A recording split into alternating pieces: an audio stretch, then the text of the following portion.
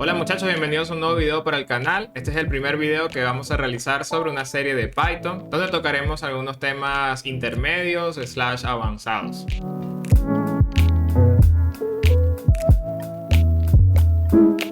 Miren, yo les quiero contar, realmente desde hace un tiempo yo me di cuenta que cuando tú quieres aprender ciertos tópicos avanzados en alguna tecnología o en algún lenguaje, cuesta muchísimo obtener la información, porque realmente no la incluyen en los cursos. Es difícil que menciones tópicos muy avanzados o inclusive intermedios en alguno de los cursos que hay en internet, y hay que leerlos quizás en artículos en Medium, en libros, pero está muy dispersa la información realmente. Entonces yo trabajo con Python, creo que no lo había mencionado en ningún video actualmente, y desde hace mucho tiempo quería como aprender algunas cositas más avanzadas y digamos hacerme más fluido en Python, si se puede decir así, y realmente empecé a buscar recomendaciones acerca de libros que pudieran darme esta información, porque creo fielmente que cuando quieres encontrar estos tópicos un poquito más avanzados, los libros son la mejor opción. Y me topé con este libro que se llama Fluent Python de Luciano Ramalho, y es el mejor libro que se ha escrito acerca de Python. Bueno, no, esa es mi opinión. Y es un libro excelente de Python, sobre todo en este tipo de tópicos intermedios avanzados. Entonces, esto no va a ser como un curso, no espero que sea un curso, sino que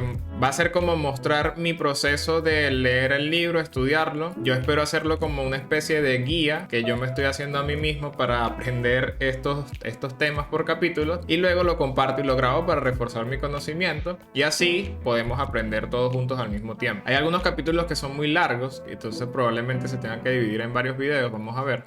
No quiero hacerlos más largos de, digamos, 15 minutos o algo así, porque a veces son unos temas bien densos, pero siento que vamos a aprender muchísimo. Este primer video va a ser acerca del Python Data Model. Ya vamos a ver qué es eso. Vamos a revisar un Google Colab, vamos a utilizar esa plataforma y vamos a ir viendo las distintas cosas que nos mencionan ahí. Vamos allá. Ok, muchachos, bueno, para empezar, el capítulo empieza mencionando algo que es muy cierto. Python es un lenguaje muy intuitivo. Una vez que tú lo empiezas a utilizar, puedes llegar a predecir ciertas funciones muy fácil. Por ejemplo, en una lista existe la función sort, y por ejemplo, digamos, existe la función reverse. El sort ordena y reverse lo que hace es voltear la lista, ¿verdad? Y luego tú te enteras, por ejemplo, de que tú puedes hacer una iteración y puedes llamar a una función que se llama sort. Al final estas dos cosas están haciendo lo mismo. Y tú dirías, bueno, ¿cuál sería el equivalente de reverse? Yo diría, si existe una función sort de esta manera, pues debería existir un reverse. Y efectivamente esa función existe en el lenguaje. Entonces se dan cuenta que realmente es muy fácil en algún momento empezar a saber funciones y entender ciertas cosas sin ni siquiera revisar la documentación o nada. Pero hay ciertas cosas que son medio extrañas. Sobre todo cuando uno está acostumbrado a trabajar con programación orientada a objetos. Si esto es un objeto, digamos, lo normal sería, o lo usual, es que uno pueda llamar una función len, que le devuelva el tamaño del objeto, ¿verdad? De esta manera, porque esto sería como un objeto. Pero en Python, por ejemplo, para obtener el tamaño se llama la función len de esta manera. Y realmente esto que parece como extraño es lo que se conoce en Python como el Python Data Model. Según el libro, hay algunos autores que lo llaman el Object Data Model. Pero él prefiere llamarlo Python Data Model, no sé por qué razón. Creo que es porque le gusta más. Bueno, básicamente, ¿qué es el Python Data Model? Es como una especie de API que nos provee el lenguaje para adaptar para que nuestros objetos se comuniquen con él y aprovechen las funcionalidades que tiene el lenguaje. Básicamente es eso. Si tú quisieras verlo como una analogía, la usa como que uno pudiera ver a Python como si fuese un framework. ¿Qué significa esto? Que normalmente cuando uno trabaja con un framework, digamos Django, Flash, el lenguaje que tú quieras, Ruby on Rails, uno está normalmente o muchas veces llamas a funciones, mejor dicho, muchas veces creas funciones que van a ser llamadas por el framework. Y los que hayan trabajado con framework me van a entender, y si no, probablemente lo vayas a hacer cuando trabajes con un framework. Aquí en este caso es lo mismo. Uno va a crear ciertos métodos y funciones que van a ser llamados no por un framework en este caso, sino por el intérprete de Python. Por eso es que se ve como Python, como si fuese Python un framework. ¿Cómo se llaman estos métodos? Pues estos métodos son popularmente conocidos dentro del, digamos, el mundo de Python, los pythonistas, como Dunder Methods. Esto también tiene otro nombre. Yo que vengo de aprender PHP, fue mi primer lenguaje. En el PHP se le llamaba métodos mágicos. Y me parece que en Ruby on Rails también le dicen métodos mágicos. Los Dunder Methods son métodos que lucen así. Y este es probablemente el método más utilizado de los Dunder Methods. que es el constructor de una clase, el método init. ¿Por qué se llaman Dunder? Pues bueno, la historia viene de que los llamaban under, init. Pero eso tenía un problema porque, bueno, antes en Python, si tú querías decir que esto era, bueno, antes no, ahora mismo se utiliza también. Si tú querías decir que esta variable era privada, tú hacías algo como esto. Entonces, esto tenía un significado distinto, digamos. Entonces le empezaron a decir under, init, under. Pero eso es como que demasiado fastidioso. Entonces simplemente se acuñó este término dunder. Entonces este método se llamaría dunder init. Estos métodos son métodos que se van a implementar en los objetos y que van a interactuar con el intérprete de Python. O mejor dicho, van a ser llamados por el intérprete de Python. ¿Qué se pueden hacer con estos dunder methods? Pues todos estos puntos que están aquí. Iteración, colecciones, acceso a atributos, sobrecarga de operadores, concepto muy importante, invocación de métodos y funciones, representación y formateo de strings y context managers. Que esto, por si no se acuerdan, es cuando uno hace with tal cosa. Okay. Bueno, el primer ejemplo con código, al fin. Esto es una clase que se llama French Dex. Esto es simplemente lo que en mi país le decían para cartas españolas, creo. Ay, la verdad es que soy muy ignorante en este tema. Pero es estas cartas que van del 1 al 10 y luego viene J, Q, la K y está el As, ¿no? Que aquí es lo que lo representan, ¿ves? J, Q, K. Y luego está esto, diamantes, corazones, etc. Ustedes saben qué es eso. Cada una de las cartas es representada con una tupla, un name tuple, que esto lo vamos a ver en el otro capítulo, en el segundo capítulo.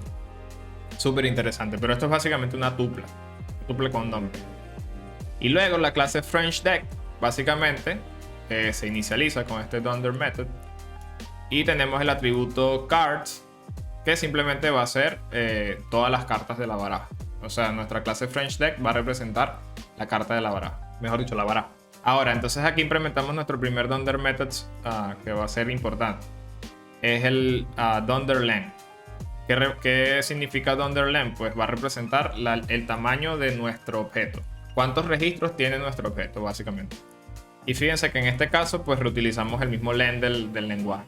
Y el otro dunder method va a ser dunder get item, que simplemente es llamado para acceder a una posición dentro de nuestra colección. Y en este caso lo que nosotros hacemos es retornar nuestro objeto cards que inicializamos aquí en una misma posición con la sintaxis del lenguaje normal. Bueno, vamos a definir una baraja y nosotros podemos hacer algo como esto, ¿verdad? Llamamos a len de deck y este es 52. Y esto está muy fácil porque implementamos este método y retornamos esto. Hasta aquí sencillo, ¿no? Y por ejemplo podemos tener acceso a elementos porque implementamos el dunder get item. Y en este caso la sintaxis -1 devuelve el último elemento de la lista en este caso. Y fíjense que es un as de corazones, ¿verdad? Hasta ahí todo muy bien. Lo interesante de implementar estos dunder methods es que si se fijan, como nosotros implementamos get item, automáticamente nuestro objeto puede utilizar slicing, que es un feature de Python. Entonces, esto es genial porque el slicing, para los que saben Python, que me imagino son todos los que están viendo este video, es una herramienta muy genial. Si ejecutamos esto, pues fíjense que es Python normal. Entonces esto nos permite no tener que nosotros por ejemplo, imagínense si no hiciéramos esto, tuviéramos que hacer algo como esto, de len, self y luego retornar. El problema de esto es que, como dice el autor, luego aquí yo tendría que saber cuál es el nombre de ese método. Esto podría ser len, esto podría ser count, podría ser muchas cosas. Pero cuando implementamos los dunder methods, podemos aprovechar los mismos features del lenguaje, que es la función len, el método len, perdón, que es el acceder a los elementos con posicionamiento de índice, el slicing, etc.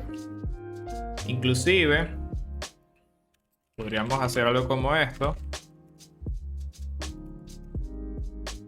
y le pasamos nuestro deck y fíjense, nos arrojó un elemento random en nuestro deck. Fíjense que choice viene de la librería random, que viene del lenguaje, y nosotros la estamos reutilizando. O sea, no tenemos que crear nosotros una función choice, random, una cosa rara. Simplemente reutilizamos las mismas funciones del lenguaje.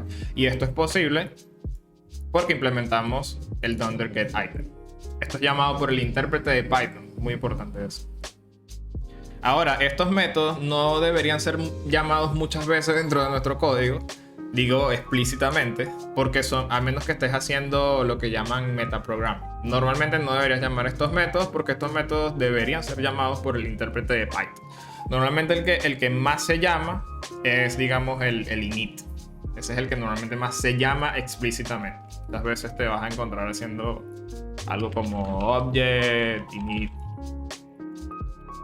Bueno, ese es el más común y dentro de todo no es tan común. Ahora vamos a ver otro ejemplo de más de estos métodos. Existen muchísimos y al final les voy a dejar una tabla de todos los que hay. Este es el método represent, representation, la verdad que no sé qué significa, apps, bool, add y mold.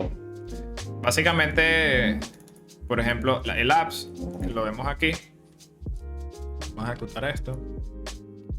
El apps es simplemente el valor absoluto. Okay. Aquí como implementamos el dunder method, el dunder add, fíjense que lo que se hace es... por cierto, no había dicho, esto es una clase vector, como vector que tiene x y y. Aquí lo que hacemos es sumar las x de los dos vectores y las y de los dos vectores. Eso es una suma de vectores. Y como tenemos esto implementado, pues se puede sumar. Esto se llama sobrecarga de operadores, eso es muy importante. Ok, bueno, y lo mismo con la multiplicación, pudiéramos multiplicarlo. Estos dos métodos quiero mencionarlos aparte porque son bien interesantes. Existen dos formas de tú, digamos, crear una representación de un string sobre un objeto. El método REPR o representation o como sea, y el otro es STR o string. Ahora, ¿cuál es la diferencia entre esos dos? La verdad es que lo que hacen es lo mismo, que es simplemente cuando uno imprime el objeto, él muestra una representación en un string. Ahora, la representación es una representación interna, más enfocada a desarrollo.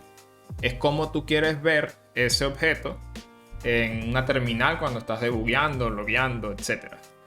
Y string, está más enfocado a cuando se lo quieres mostrar al usuario final. Ahora, lo interesante es que siempre deberías implementar si quieres hacer uno de los dos nada más, porque en caso de que no exista, string siempre va a ser llamado por defecto representation.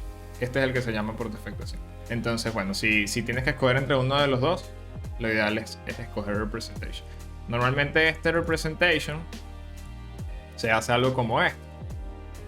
Se retorna el nombre de la clase o y los parámetros que recibe. Eso es normalmente lo que se hace. Eso es como una especie de convención. Okay, y por último, en el caso de bool, todos los objetos son considerados true en Python cuando son definidos por el usuario. O sea, por ejemplo, en nuestro caso, vamos a ir más para arriba. Range deck es true. Si yo, por ejemplo, quisiera hacer algo así como esto, y deck, esto es true. ¿Ok? ¿Por qué? Ok, bueno, eso así funciona el lenguaje. Ahora, lo interesante es que hay un orden en el que son llamados ciertos métodos cuando se quiere comprobar la veracidad de un objeto. Si el objeto implementa el método bool, es llamado primero, ¿verdad? Que en este caso nosotros lo hicimos. El método, el dunder bool, lo que hace es llamar a la función bool de apps de self. Hay otras formas de implementar esto, pero el autor lo hace así. En dado caso de que no exista bool, el intérprete de Python puede llamar a len. Entonces, si existe len, por ejemplo, en nuestro caso, en nuestra colección, siempre y cuando esto no esté en cero, no sea nulo o no sea none, esto siempre va a ser true. ¿Okay? Que sería lo mismo que ocurre cuando uno comprueba cosas como esta. Está comprobando que la colección no está vacía. Y en dado caso de que ninguno de estos dos métodos esté implementado, pasa lo que les dije, que siempre es true cuando es un objeto definido por el usuario. Bueno, creo que esto es todo. Hasta aquí creo que aprendimos bastante acerca de los Dunder Methods y sobre el Python Data Model, bien interesante. Esto se usa muchísimo, la verdad es que es un tópico, digamos, intermedio, como lo quieras ver. Y yo en mi experiencia profesional lo he tenido que utilizar bastante. No es algo que es raro y de hecho hace que el código sea más robusto, más legible, porque precisamente estás aprovechando las mismas características que te ofrece el lenguaje. Existen muchísimos más. Fíjense que aquí arriba yo les mencioné todas las cosas que controlaban este tipo de métodos. Cuando ya vimos sobrecarga de operadores, acceso a atributos, colecciones. Pero no hemos visto, por ejemplo, invocación de métodos y funciones, representación informativa de string. Bueno, eso sí lo vimos. No vimos context managers. Pero en general funcionan básicamente así, igual que los otros. De todos modos, yo les voy a dejar una tablita que las voy a poner aquí para que ustedes le tomen un screenshot o lo que sea y averigüen más sobre esto si quieren. El siguiente capítulo trata sobre estructura de datos, si no me equivoco. Y bueno, va a estar bien interesante, ese sí es bastante largo, vamos a ver cómo lo manejamos. Me encantaría que dejaras en los comentarios qué te pareció, si te gustó, si aprendiste algo, si tienes alguna duda, ponle en los comentarios porque a lo mejor yo no la sé, pero estoy seguro que otra persona va a llegar y te puede ayudar y ahí vamos aprendiendo juntos. Nos vemos en el próximo video de la serie, muchachos. Bye.